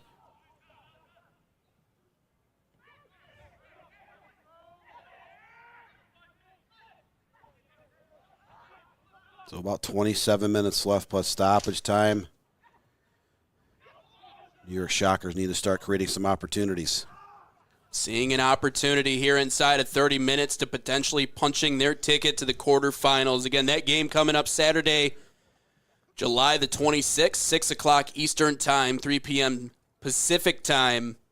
Be taking on either another New York-based team, New York Braveheart SC, or Lynchburg FC. Lynchburg SC out of Lynchburg, Virginia. Elsewhere in the tournament, Tennessee Tempo taking on Asheville FC. Lakeland United, who's looked really good this year, they're on to the second round. That one on July the 20th. They'll be taking on Miami United FC here on the right side of the bracket. And that's a look at least what we have so far. The round of 32 on the right side. Of course, over on the left, they've already had their quarterfinals decided, or at least the teams that are going there. Deportivo Rose City is into the quarterfinals. LA-10 Football Club will be taking on them. Of course, that one on July the 26th as well. 6 o'clock Eastern Time, 3 Pacific Time for that matchup.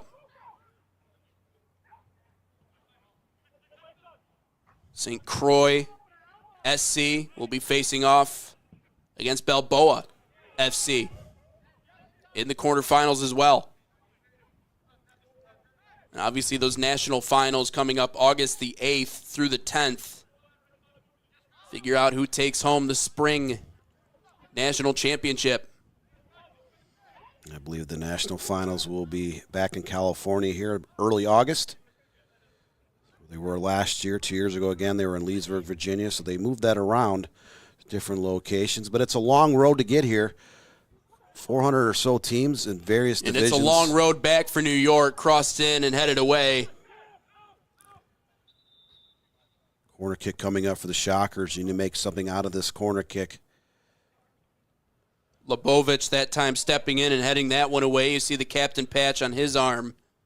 And the anchor along that back line here for Chicago Nation. Have a few substitutes coming into the game. Again, big shout out, Peter Mazuik running the camera here today. Everybody back in our National Soccer Network studios in Detroit, Michigan. Of course, we were chatting about it earlier. Catch Inside the Game, the podcast, weekdays 9 to 10 a.m. We're talking about this game, this matchup, the rest of the playoff field, and a lot more. New York trying to pull one back. Corner that's sizzled wide of that far post as they try to cross another one in, but that back line standing tall here for Chicago Nation. Not out of trouble yet. Towards the far side, a chance to loop one far end, and the header is true.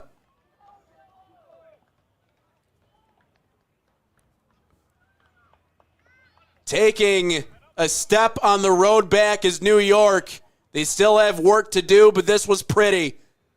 Perfect onto the head of Daryl Jeffrey. He has his second of the game, and it cuts that lead in half. It's now 4-2. Great ball movement to get the ball downfield, right at the 18, served over to the far post and headed home from about 4 yards out. That was what the doctor ordered. Yeah, I talked about 5 minutes ago about you can't get 3 goals at once. You just need to get that first one to swing the momentum back to your favor. Now the next few minutes are crucial for both teams. If you are New York Shockers, you have to keep up that pressure. You have to keep building, creating anything that could result in a shot attempt or potentially a goal. If you're Chicago Nation, you need to find a way to settle things down, go back to your possession game, kill some time off the clock, but do not be bashful in terms of trying to sit on your 4-2 lead. If you have a chance, take it. Approaching 70 minutes into this one, Chicago holding on to that 2-goal lead. Skidchenko on a run, and it's just too strong. Sometimes that turf makes it roll a little bit quicker and a little bit farther, and Skidchenko saw that breakaway opportunity taken away. The New York Shockers try to set someone up off a give and go. Can't quite connect on that pass attempt as it rolls right back into goal, and Stefani there to settle it and send it away just north of 68.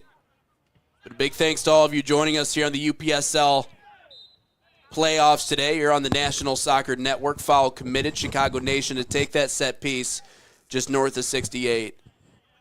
Long journey to get here. This is the round of 16. It starts with your divisional play. Depending on how many teams are in your division, the top teams will qualify for a conference tournament. That's either 2 or 3 wins there as well. And then the UPSL takes all the teams advancing out of their conference tournaments, puts together their bracket of 32 teams. Those games were played out last Saturday and Sunday. This is the round of 16 games being played either yesterday or today, July 20th. And after today, we'll know the Elite Eight in the UPSL for its 2025 spring tournament.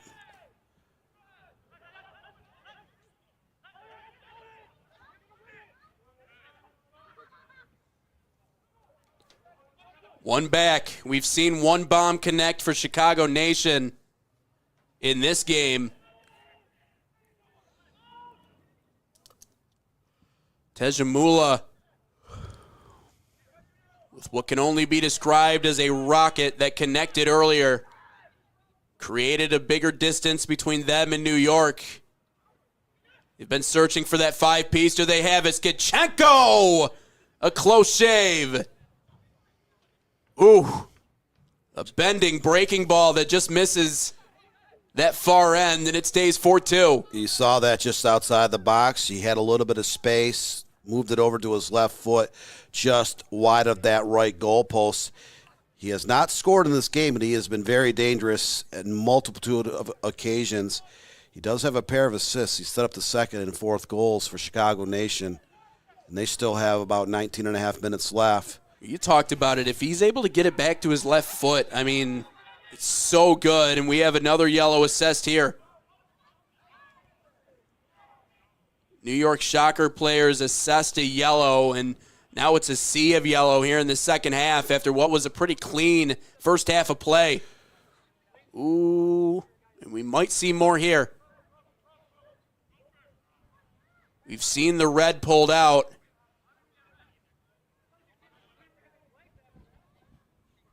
I know there has been a yellow assessed to New York. Dan, what's your take on that? He pulled it out, but he didn't show it to anybody. I don't know if the referee had mistakenly pulled that red out as well, but you did see it in his hand just for a second. He kind of slipped it back in that sleeve nonchalantly, but that was a yellow card. Kind of a little bit of a cheap shot by the New York Shockers. If you're trying to come back, you're down 4-2 here inside 19 minutes to go. You can't start retaliating, having cheap shots, getting players sent to the books. Because we watched a game on Friday in the USL League 2 where it was a great game, but there was like 14 yellow cards, and then there were 2 red cards at the end of overtime, and then after the final whistle was blown, the game was decided. 2 more players were issued red cards. Yep. Because it just got out of control. You do not want to see that at any level of soccer. Referees sometimes are put in that position where they do have to pull out the card with regularity. But, again, in this particular game, the New York Shockers are down 4-2. We got 18 minutes left plus stoppage time. Garrett DeRosia, by the way, in here for New York. Just past 72 and a 4-2 lead for Chicago. 3 unanswered goals in the second half before New York was able to pull one back off of an excellent header. 2-goal lead here for Chicago.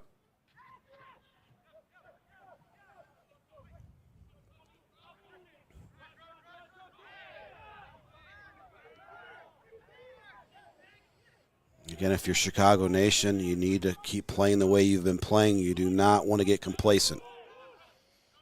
If the Shockers can pull another one back and make it 4-3, anything could happen down the stretch. And that is what the New York Shockers are trying to do. They're trying to get back in this game. Down 4-3 was much more manageable than down 4-2 inside 10 minutes. We still have 17 minutes left.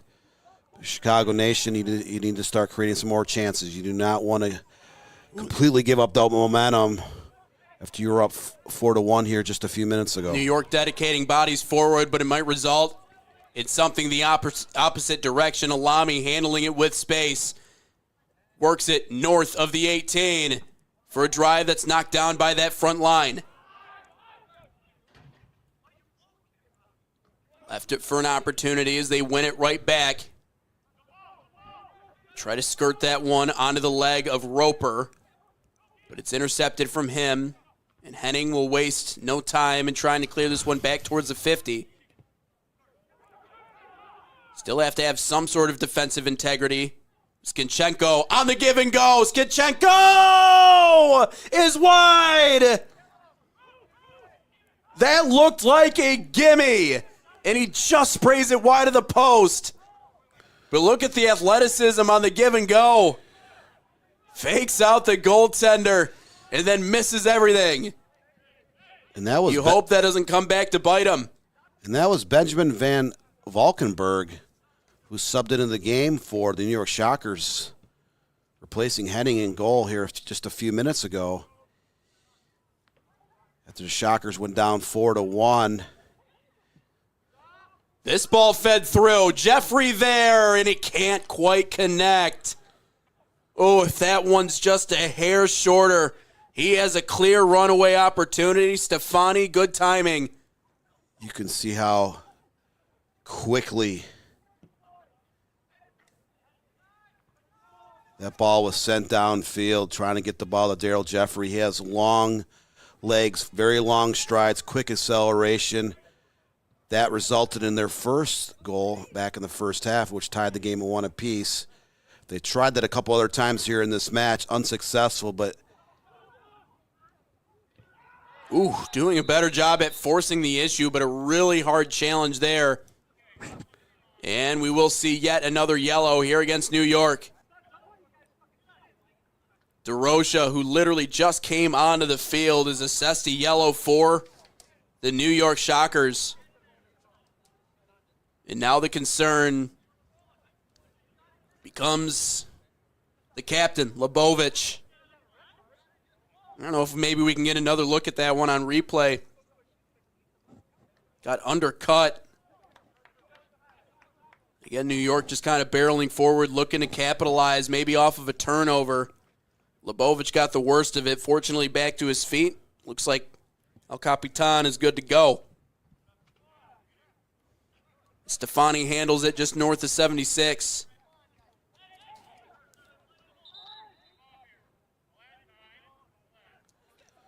so 5 fouls against the New York Shockers in the second half. 3 have resulted in yellow cards. The referee is taking command. There'll be no more shenanigans in this game. The cards are starting to come out. Again, if you're the New York Shockers, you still have about 13 and a half minutes plus stoppage time. That's plenty of time to create a couple chances and get a couple goals. You do not want to come unraveled. You do not want to start getting yellows and then have a player pick up a second yellow and have to sit the rest of the game. You don't want to have a player just get a straight red as well. Interception at the midfield. You find Daryl Jeffrey. Works it right back to that point on the field. Now out near side for a ball. They cross far post, and Stefani there. You saw the intent to get it back to Jeffrey again.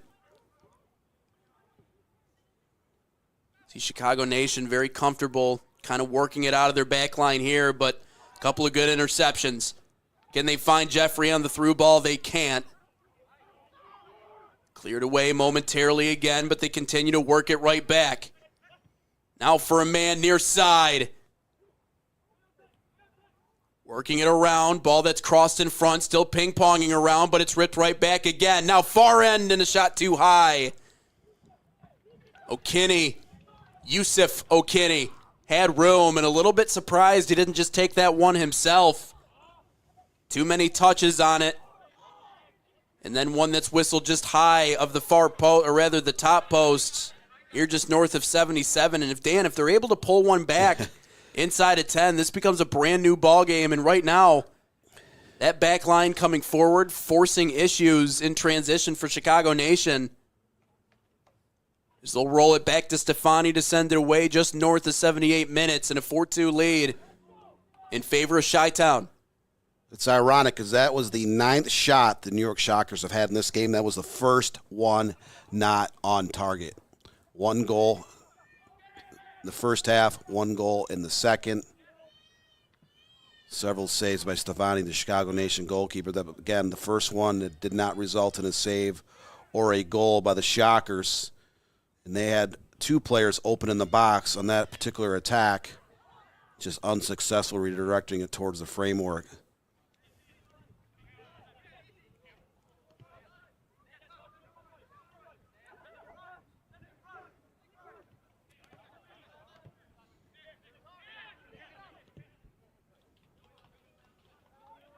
Just inside of 80 minutes.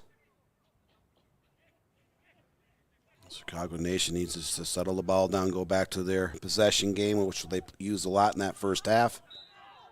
They'll get a set piece here. Yeah, aforementioned Thornton upending the player for Chicago Nation that time. It was a really clean game in the first half. There were no cards issued. There was only a combined 6 fouls, a pair of offsides in that first half. Not a lot of whistles. Here in the second half, there's been 10 combined fouls, 5 yellow cards. There's also that element of you see your season hanging in the balance. You almost feel like you have to sell out in some ways. New York just trying to play a physical brand to win balls back and give themselves a chance. It's the kid himself, Skidchenko, who will stand over top of this one and maybe with a goal here could bury it for good. Instead, he'll play it short. The Nation probing. Whistle one atop the 18 that's headed away. And sent out of bounds for a throw-in as we just cross the 80-minute mark. Here in a 2-goal lead for Chicago. Again, a big thank you. Everybody joining us here today. Our favorite time of the year, postseason soccer across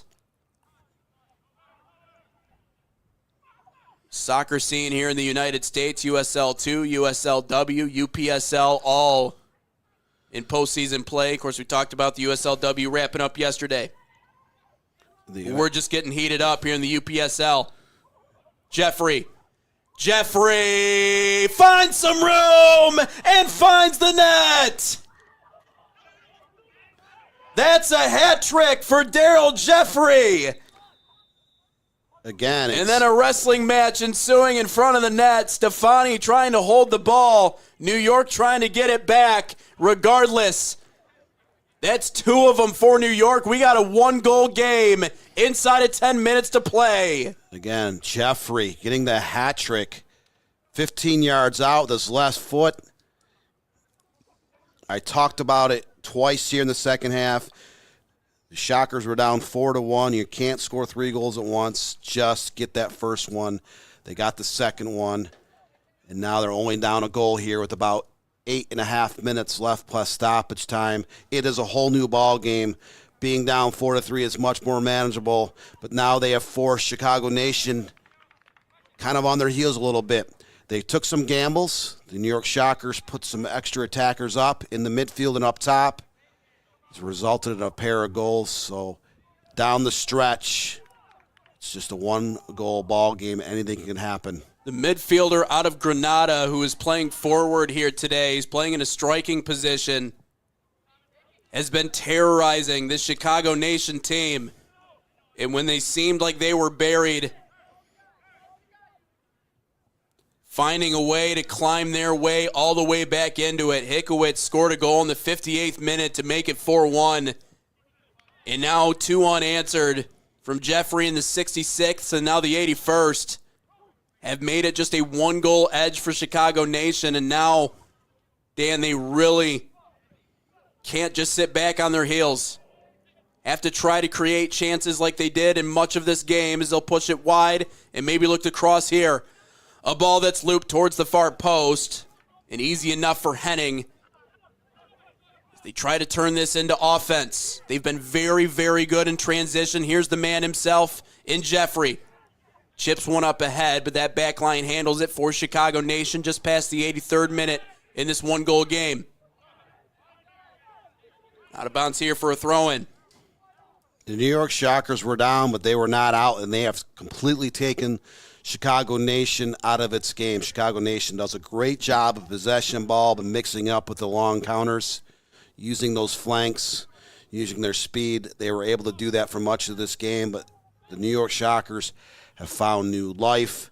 They have used the speed of Daryl Jeffrey, who has netted all 3 goals for the Shockers here, tying the game at 1 apiece in 13th minute and adding a couple here in the 67th.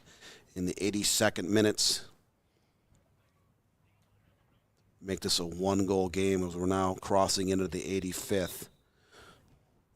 So great job of finding new life, creating some chances, making the right substitutions, switching your alignment, putting extra attackers up has resulted in a pair of goals to make this 4-3, but you are not out of this game. You still have 6 minutes plus stoppage time to get an equalizer. Skitchenko will be pulled out of this game, by the way. Marshy will take his place. Great game nonetheless for Skitchenko. Set up Chicago Nation, 2 of their goals here today. And again, after scoring the 2 to help them get through to this round against Detroit City, doing it in a different way here today, playing out wide. And here comes the throw-in just shy of 85. Might be in for an exciting finish here.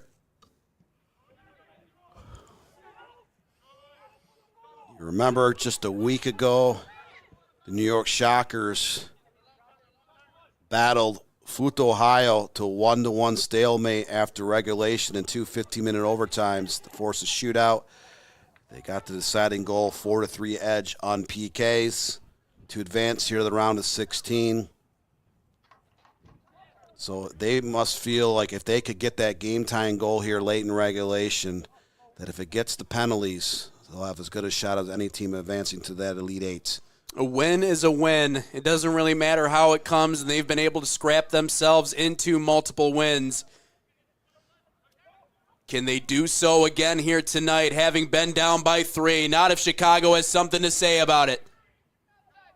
Is there an offsides called? No, there is not, as they settle it in the corner. Lynch circles it atop the 18 for a drive that's high and wide of everything. Lynch had a little bit more time, a little more space to kind of put that towards a framework, a little hasty. It's the first shot that Chicago Nation's had in several minutes here. We just crossed in the 87th minute, so it's 4-3 in favor of Chicago. You wouldn't have thought the way that they were playing the first 60, 70 minutes of this game that we would have a 4-3 contest in the later stages. New York Shockers, great comeback effort. Perhaps it's not done just yet. We tend to see this sometimes in these playoffs, roller coaster affairs. We've seen it all week. That's a great ball, a little tic-tac-toe to set up Chicago here. A chance to drive one on, and it's deflected away. Glorioso found an opening, only to be denied at the very last second. Believe that was Griffith, or rather take it back, Thomas Sams. Glorioso, great job. He brought it back in the middle of the field, but he deked out 2 defenders, pulled it back to his left. The ball was deflected wide. And now Chicago can really drive in the dagger if they can connect off this corner here inside of 3 minutes until we hit 90. This will be the 4th corner kick of the game for Chicago Nation, but first of the second half. Lobbed in, far post, got a foot on it, and it's in! A great set piece, and that might put it away for Chicago Nation. Marley Madness here in Ohio. 5-3 in favor of Chicago. And they might have just punched their ticket to the next round.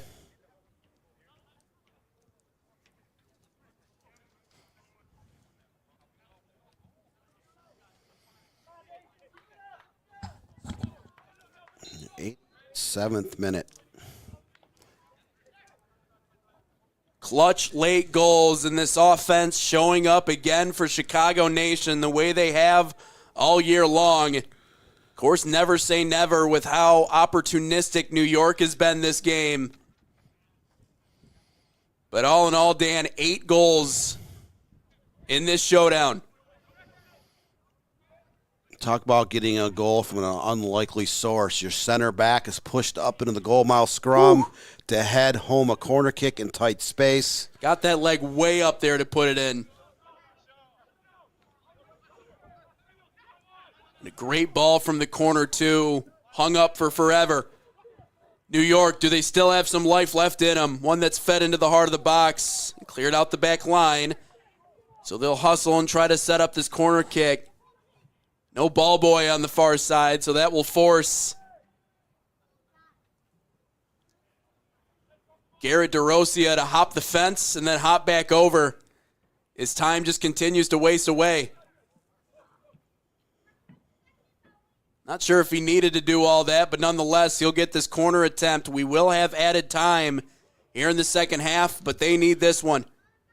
Glorioso into the mix. They got bodies there, but they can't get a clean strike as it bleeds out to the wide side of the 18.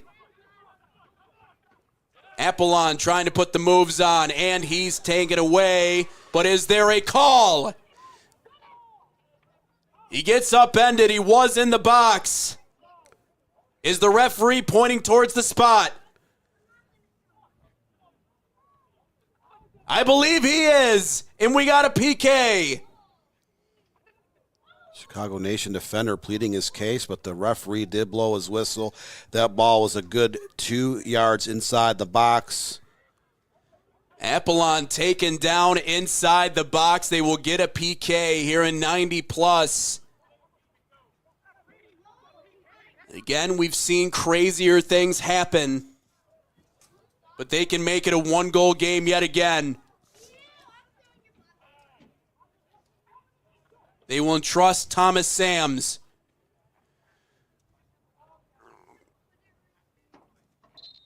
Sams can make it a one-goal game. Sams! And he rips it to make it 5-4.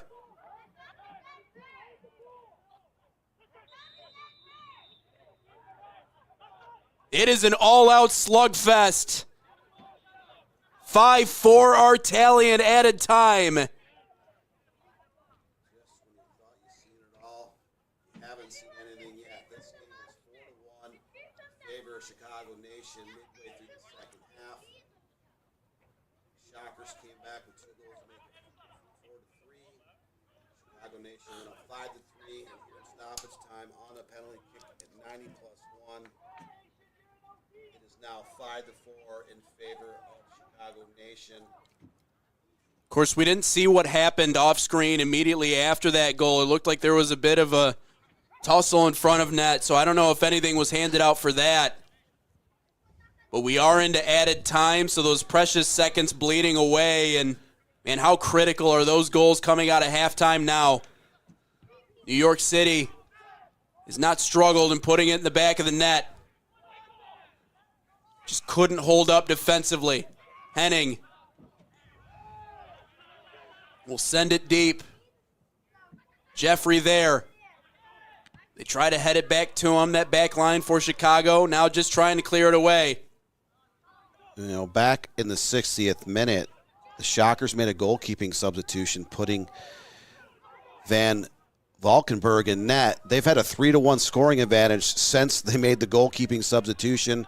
We're now 2.5 minutes in stoppage time, but the New York Shockers do have just a couple of minutes left to get an equalizer here to send this to overtime. And maybe this could be the moment. Bent into the middle. Jeffrey there, just too high of him. But it is headed back into the area. Nation walking the tightrope. And now we patiently await that final whistle.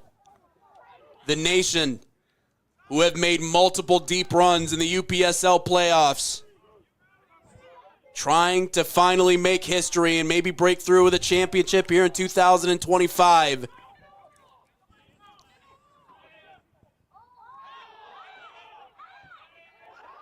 New York gains possession.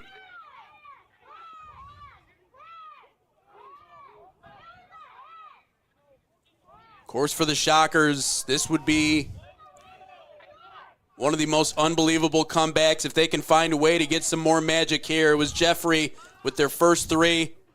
It was Sams with the most recent one in the 91st minute. They've been able to capitalize on madness in front of net.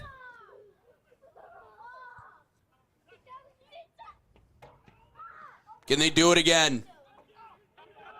Deep toss in, dedicating bodies forward as one's looped back that direction. They have bodies there. Maybe looking for an assist. Far post, and it's high pointed and taken away. Stefani, too tall. Falls down on top of it. It was Jeffrey there again along that far post. And the biggest save he's made here today, despite the 4 against him. Trying to hold firm and win this one for the nation. Lobbed up ahead. Henning no choice but to bomb it the other way. Stefani did a great job on that last attack. He saw 2 forwards standing over by that far post. Jumped high above traffic, came down with that ball. That ball sneaks through. That would have been a game-tying goal. And now a foul wide of the 18 here by Lebovic. Their chances not done quite yet. Quite a bit of added time. And we theorized there would be with how many cards and how many stoppages we've had here in the second half. Might actually work out to New York's favor. Teddy Borgos. Seeing those precious moments bleeding away. Does he go short here? Looks like he's going to try and direct one in front. Borgos lifts it into the mix. Nobody there. Jeffrey attempts a bicycle, but it's cleared wide and out of bounds. Still in possession here of New York. But it looks like their chances have run too thin. The whistle sounds, and Chicago lights up the sky. A fire of goals, 5 of them, to take down the Shockers and march on to the next round of the UPSL playoffs. In a game where it wasn't for the faint of heart, 9 total goals in this match. Chicago Nation never trailed. They were tied 1-1 late in regulation, or first half before going up 2-1. They extended the lead to 4-1. It was 5-3. They hold on for a 5-4 victory. Just enough defense to hold off that comeback bid by the New York Shockers to get their ticket in the Elite 8. And they march on. A high-scoring affair between them and New York, but it's another trip to the Elite 8 for the Chicago Nation team. They make it to the quarterfinals here in the UPSL. Keep it locked here to the National Soccer Network as we cover the remainder of these playoffs. One last final time, though, the Nation get it done. 5-4 in this one from Nate Wangler, Dan Stickrat, Peter Mazuik on site, and everybody else here at the NSN family. Until we talk to you next time. So long, everybody.